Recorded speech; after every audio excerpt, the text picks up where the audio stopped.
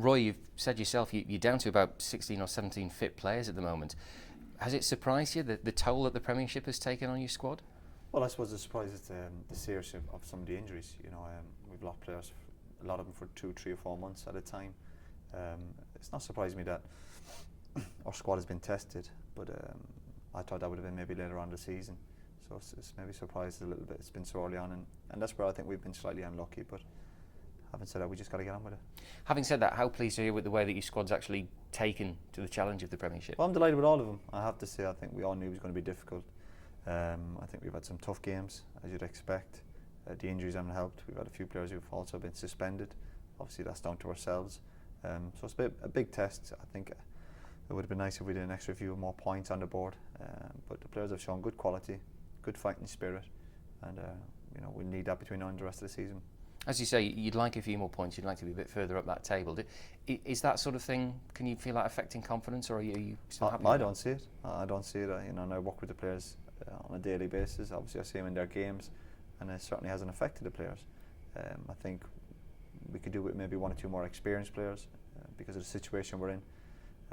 But again, we know there's going to be a long, hard battle ahead. But I do believe when we get 1 or 2 of our more senior players back, we're going to have a very good season. You said the games are tough. You were discussing after the match last week that Stuart Pearce had been here and mentioned that he thought the training was really hard and tough as well. And you suggested possibly you might dial it back a bit. Have you done that at all? Not this week. No, it's been very hard this week. But again, obviously Stuart was here last week, and he didn't speak to myself, but he spoke to some of the other staff. And again, when people in football, who've been around a long time, then you've got to take their opinions on board. But again, I think if the players thought they were in for an easy week, it certainly wasn't this week. But again, we had 9 days between the game against Fulham against City, so it wasn't a week to take it easy. But that's something we have to take on board, and certainly look to maybe shorten the sessions. Are you happy to do that? I mean, when respected figures in football offer advice, are you the sort of guy who can take that? Oh, definitely. I think you have to have an open mind, and I certainly feel, and same with the rest of the staff, feel that we've got all the answers. I've been a manager 2 minutes. And again, you come across people in football all the time, and if you got good respect from them and you trust their opinions, then you take it on board. And I'm certainly not afraid to do that. I wasn't as a player, and I certainly won't be as a manager. I think I've got to look to be a sponge and take all the advice I can get. Having said that, perhaps one of the advantages of training them hard is that you keep scoring these late goals, these last-minute goals, or goals in the last 5-10 minutes of games. That obviously suggests something's going right in the preparation of the players. Well, we hope so, but I do believe that all comes down to the players, and I don't think that necessarily comes down to the training. Of course, they're fit lads, as you'd expect a modern footballer to be. But that just comes from the player's desire, and that never say die attitude. And if you don't have that in football, then you're going to struggle anyway. You can be the most skillful player in the world, but unless you have that desire to keep producing and to keep going, and a lot of people are giving us credit for that, but it shouldn't take away the qualities we have as well. In terms of our passing, our movement, and the goals we have scored have been very good goals.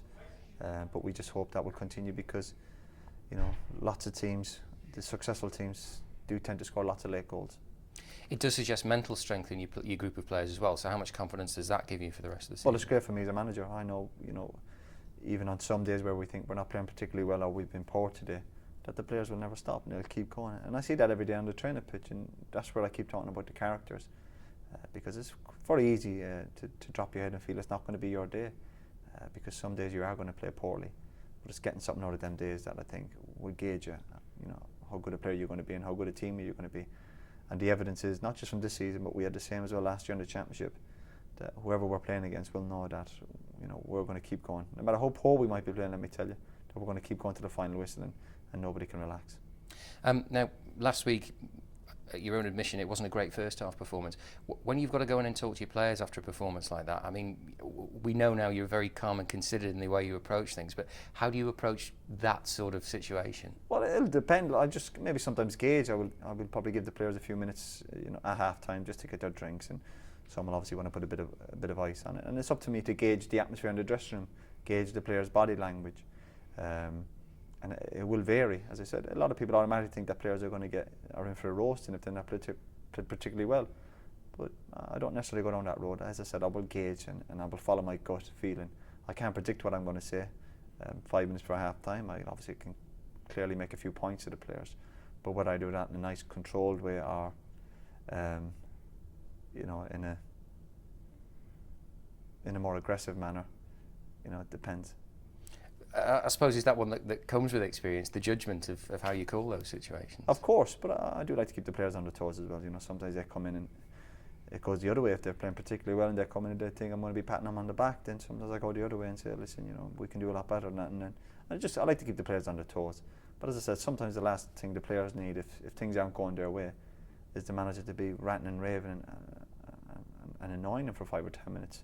That's certainly a thing. And again, my own experience as a player will help me with that, I think. But again, the only way I can do it is by my own experience as a manager. And so far, I've called a lot of things right, but no doubt I've made a few mistakes. A guy you brought in just before the deadline. You paid a lot of money for Kenwyne Jones. Some eyebrows were raised at the time, and yet he's been virtually an unqualified success for you. How delighted are you with his progress? Oh, we're delighted with him. I think, again, it's been mentioned the money we spent for Kenwyne. I think we've paid about 5 or 6 million for Kenwyne. And I have to say, without being arrogant or cocky, that's not much in the modern game. He's a big, strong, physical centre forward. He's quick. He's got a big presence about him. Obviously, he's got a very good first touch, and he's a big goal threat for us. So he's been a big plus for us, especially with a few games where we've played with one up front, and that's asking a lot of any striker. Never mind a young 22, 23-year-old. But he's rose to the challenge, and we're delighted to him at the football club. Physically, he seems to challenge defenders. They all come off the pitch looking like they've been in a game when they've played against him. That's great, isn't it? I love that because it's I do believe when you go to games, it's that physical and mental challenge. And I think Kenwyne, we see him around the training ground, and obviously when he's got his normal day-to-day clothes on, but it's when he seems to get his kit on, he seems to grow an extra foot. He seems a lot bigger in his match kit than he does generally during the week. So he grows that foot bigger during the game. And as you said, defenders who are coming up against him know that they're going to play for a tough game, and that's great for us to have. Away form, you've drawn a couple away from home. You've played some nice football, but you haven't got the win yet, and it's looked at times as if it's a bit tough on the road. Can you put your finger on why? Well, I think there have been lots of reasons. I think over the years, the home team will generally have a much better record than away from home. Of course, as you said, we played some decent stuff, but we need to just get that into points. Again, but as long as the players continue, I think, to do the right things, that things will fall into place. And particularly Wigan was really disappointing. But other than that, we played some good football. But of course, we need to turn that into results. But I do believe that will come if we keep trying to be positive and playing the right type of football. Manchester City have surprised many people this season. Have they surprised you? No, I have to say no. I thought when obviously Sven came into the job and with the players he's bought, and City had some very good young players anyway. He's obviously gelled them very quickly together, and I've not been surprised one bit. I have to say they've been different class. Obviously they'll look at the Chelsea game last week, and like any team, if you're not quite at it, you're going to get beaten. So they can write that one off, and they had a good response in the cup game during the week. So we know that if we don't play well next Monday, we'll be beaten. There's no doubt about that. But if we go there and we're ready and raring and we play as well as we can, hopefully we'll give City a game. Sven was given a very hard time by the media when he was England manager. What did you think he did as England manager? How would you rate his performance? And I mean, what do you make of him as a manager? Well, again, particularly his club record, and even his international record is there for everyone to see. It's fantastic. I think the downside, obviously, when the English manager, obviously there was a lot of intrusion on his private life, and the fact, I suppose, he didn't go on to win a trophy. I think England will be grateful this summer to qualify, never mind win a trophy. So they might look back and say, get Sven back, for the England job, because again, the experience he's got is there for everyone to see, and I'm certainly looking forward to pitting my wits against him. And as I said, the start that City have got, and with the players he brought in, doesn't surprise me one bit. Obviously, they got their humiliation at Chelsea. How pleased are you that they've actually had a game in between that and playing yourselves? Well, we all know in the Premiership, I think against Sven, we'll know more than anybody else that if you don't play particularly well, especially against the bigger teams, they will beat you. They will beat you very comfortably, and I suppose that's what happened last weekend. But you still look at their position in the league, and the fact they had another game before they played us, it might be a help or a hindrance, we're not sure. But the beauty of the Premiership, win, lose or draw, the next game is a new challenge, and you've got to get ready for it. You can't look back to the previous weekend and start looking to feel sorry for yourself. You've got to get on with it, because there's always another test ahead.